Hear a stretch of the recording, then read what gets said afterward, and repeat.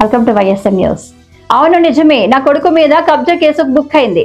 ఒప్పుకున్న మంత్రి పొంగురెడ్డి, తప్పుంటే నా కొడుకైనా నేనైనా శిక్ష అనుభవించక తప్పదు. తన కొడుకుపై నమోదైన ఎఫ్ఐఆర్ గురించి స్పందించిన మంత్రి పొంగురెడ్డి శ్రీనివాసరెడ్డి. సో ఇందాక నేను చెప్పాను కదా, ఇవాళ ప్రభుత్వం ఇంకా వాళ్ళు ప్రభుత్వంలో ఉన్నాము, మేము ప్రభుత్వంలో ఉన్నాం కాబట్టి మంత్రి కొడుకు మీద కేసు పెట్టించామనే ఆ వాక్కులు అనేది తప్పు. మేము ప్రభుత్వంలో ఉన్నప్పుడు పారదర్శకత అనేది ఒక మనిషి ఒక కంప్లైంట్ ఇచ్చినప్పుడు ఆ కంప్లైంట్ని పోలీసులు రిజిస్టర్ చేయడం సహజం.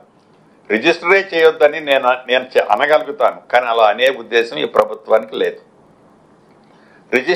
రిజిస్టర్ అయిన తర్వాత తప్పకుండా దాని మీద నిజ నిర్ధారణ చేసి అధికారులు తన తప్పుంటే నా కొడుకుండని నేనుండని ఇంకొక వ్యక్తి ఉన్నాయి శిక్షకు అర్హుడు.